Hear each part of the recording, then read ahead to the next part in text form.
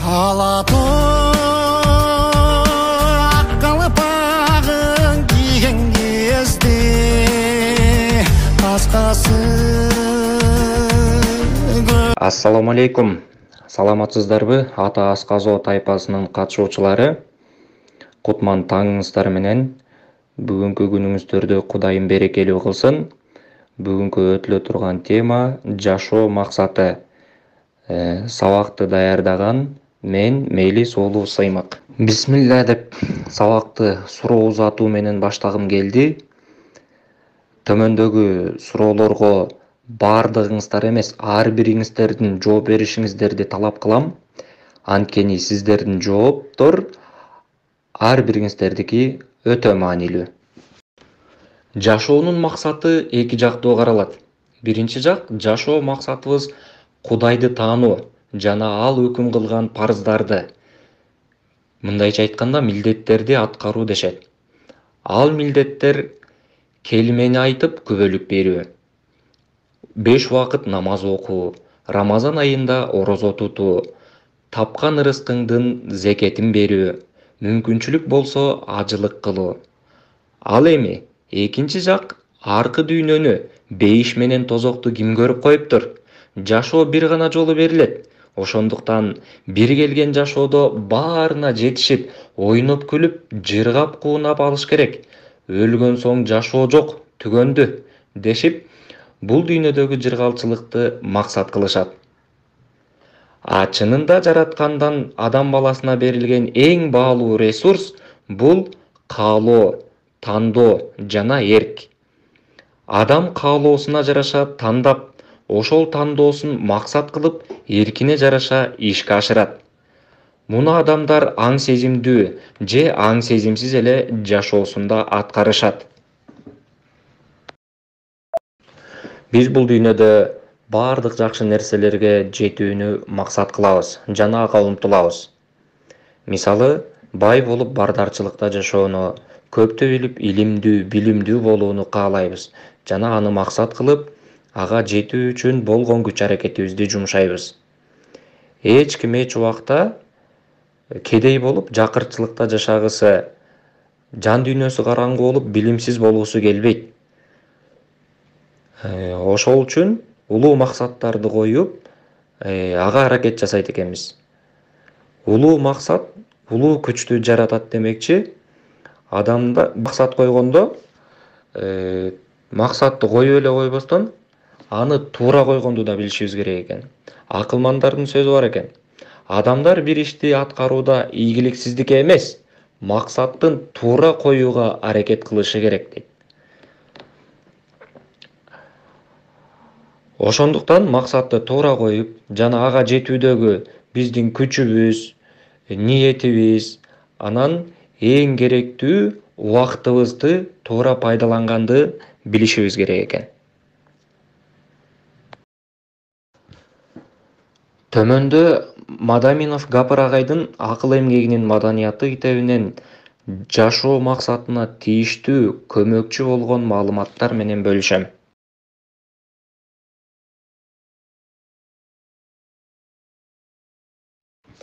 Максатка жетүүдө убакытты үнөмдүү пайдалануу жөнүндө.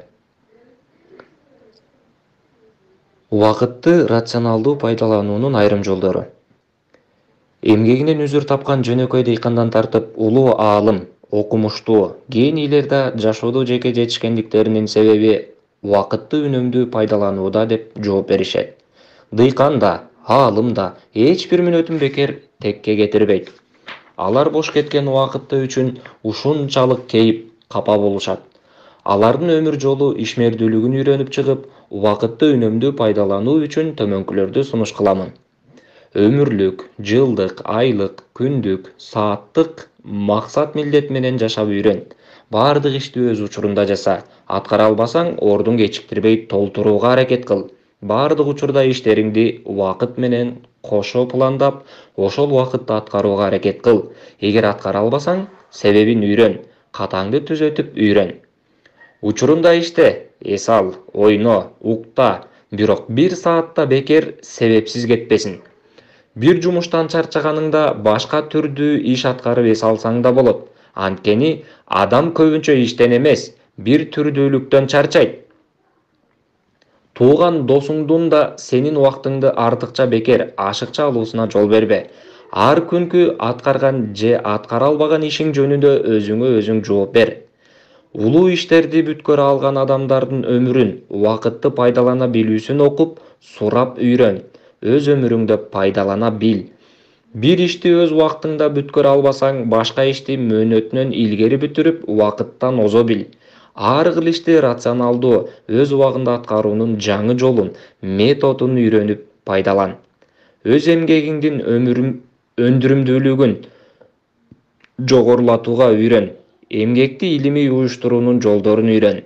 Ар кыл эмгектин маданиятын өздөштүрүп, жогорку чеберчиликти аткара билүүгө үйрөн. Ошондо убакыттан утасың.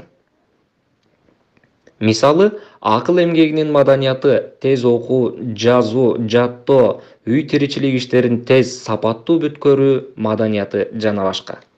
Өз ишмердүүлүгүңдү уюштура бил. Ар дайым баардык ишти тез, сапаттуу бүтүрүүнүн жаңы жолдорун издеп таап, үйрөн. Кызыктуу ишти пайдалуу иш менен айкалыштырып бүтүрүп үйрөн.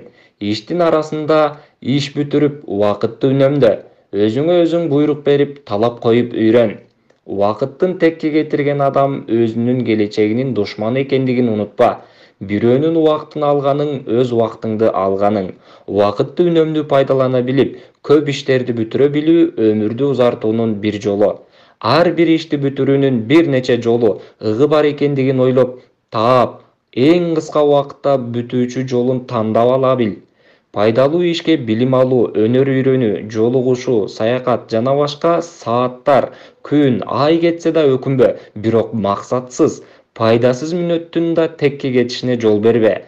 Жалкоого жанашпа, бекерчиден безе кач. Убакытты мезгилди сезе билип, баалап, пайдалана билип үйрөн. Убакыт алтындан кымбат, бирок эч жерде сатылбайт. Анын кени да, базары да, алуучу, сарптоочусу да өзүң экендигин унутпа. Өткөн мезгил учкан куш, аны кууп жете албайсың. Мүмкүнчүлүк дараметиң жетпей турган же болбой турган ишке бекерге убароо болуп, убактыңды кетирбе. Бул өзү да убакытты убал кылуу. Болбогонго болушпа. Шашпа, бирок тез иште. Бир эле жумушту күндө кайталай берүүгө туура келсе, аны тез бүтүрүү, автоматташтыруу, ыкчамдатуу жолун ойлоп тап. Сен бир убакытта бүтүрө турган ишти башкалар канча убакытта бүтүрөт? Алдыңкы окуучу адамдар ал жумушка канча убакыт сарптайт? Нормасы канча? Эмне кылып тез бүтүрөт? Жана башка ушул сыяктууларды сурап окуп үйрөн. Ар бир мүнөт, саатта, күндө аткара турган ишиңди көңүлүңдө пландаштыр. Ошол ажыратылган убакытта бүтүрүлүшүн аракет кыл. Өзүңдү өзүң контролдо. Саат тагуу бул мода эмес, зарылдык. Ал сага убакытты эскертип, тымызын башкарып турат. Базар экономикасы шартында эң кымбат товар бул убакыт. Убакытты ар дайым үнөмдүү пайдаланууга үлгү изде, тажрыйба үйрөн. Көңүлүңдө ар дайым убакыт элестеп, саат иштеп турсун. Ойноо, эс алуу, көңүл ачуу, тууган урук, достор менен болуу маанилүү иш. Аларга да атайын убакыт ажырат, бирок бекерчиликке, максатсыз бир мүнөт да кетирбе. Керектүү таштын ордугу жок. Эл макалы. Бир жигит үйлөнбөй, үй-жай күтпөй, же бир жумуштун артынан түшпөй, кааласа ата-энесиникине келип, каалабаса тентип кетип, сел-саяктын турмушун кечирчү экен. Кулагынын кужурун алгандардан тажап, бир күнү кааласам 4 тарабым кыбыла деп туш келген жагына баса берет. Жолдо кетип баратып, ушинтип жүрө беремби? Менин колума качан кар качышат? Бекерпоз болуп жүрүп өмүрүм өтөбү? Деп турмушунан аалыйт. Ушундай түйшүктүү ойлорго алаксыган бекерчиге жолду карай көзүнө жалаң эле какыраган таштар көрүнөт. Ушул таштарды чогултуп кимдир бирөөгө сатсам, канча киреше табат болдум экен?